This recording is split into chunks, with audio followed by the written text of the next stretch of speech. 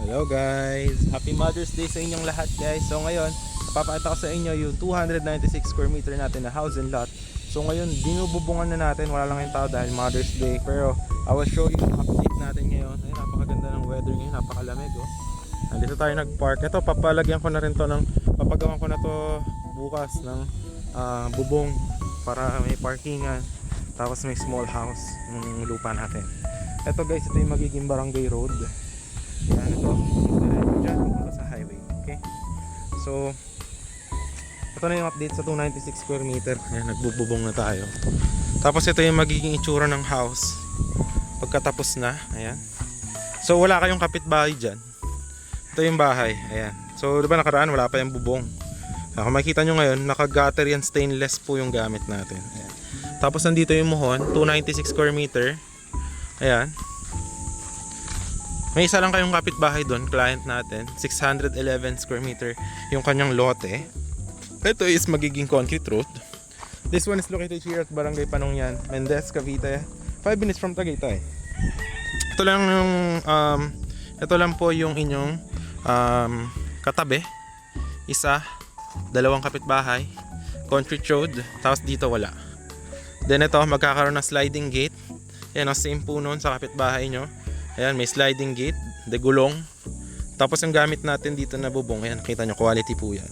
Tapos ito yung magiging house design ng house na ito pagkatapos na siya. So ayan. So lahat to guys, for only, naka-promo siya from 6 million. This month, naka-promo siya for only 5 million. Ayan. So all in, kasama po yung transfer title. Dito may setback siya 3 meters. Doon 2 meters. Sa likod is 3 meters. Dito magkakaroon ng porch for coffee area. Dito is garden area. Dito sa sementohan natin for inyong parking. So this one is a 4 to 5 car park. Ayan. Tapos big yung mga windows nya. Dito magkakaroon tayo ng door, which is all metals po yan. Okay. Then straight dito, open concept. Meron dyan mini bar counter. And then merong kitchen. Sa labas may sliding windows yan dyan. Going to the laundry and dirty kitchen.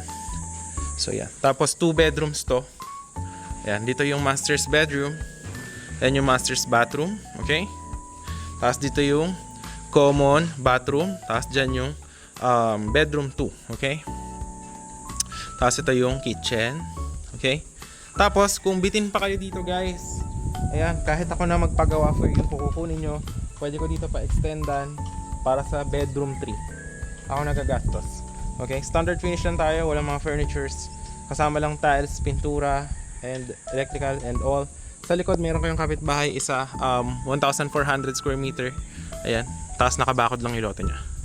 So ayan, may kuryente, tubig. Ayan, may kuryente, tubig. Lahat, meron din puno dito sa lupa. Ayan, kung makikita nyo. So ayan, open concept and high ceiling po.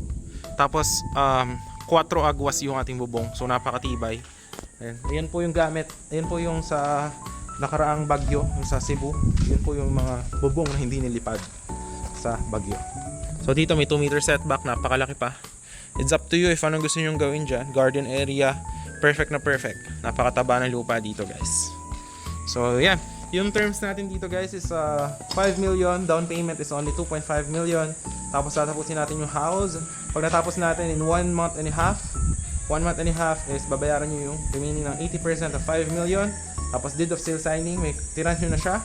Tapos yung 20% remaining na 5 million, tsaka nyo na bayaran kapag na-transfer na natin sa inyo yung title. So ayun guys, if you are interested, napakaganda, perfect na perfect for retirement. Malamig ang weather, hindi binabaha. And lahat na kailangan nyo nandito lang. Search nyo lang siguro sa landmark is Copita Cafe. Then yun, pwede ko kayo kitain doon for tripping. And malapit lang doon yung property natin. So yun na guys. Once again, is John Critch. Napakaganda nito. Yun, stainless yung mga gutter natin na gamit. Yan. So yun guys, if you are interested, message me in Viber, WhatsApp. Thanks for watching.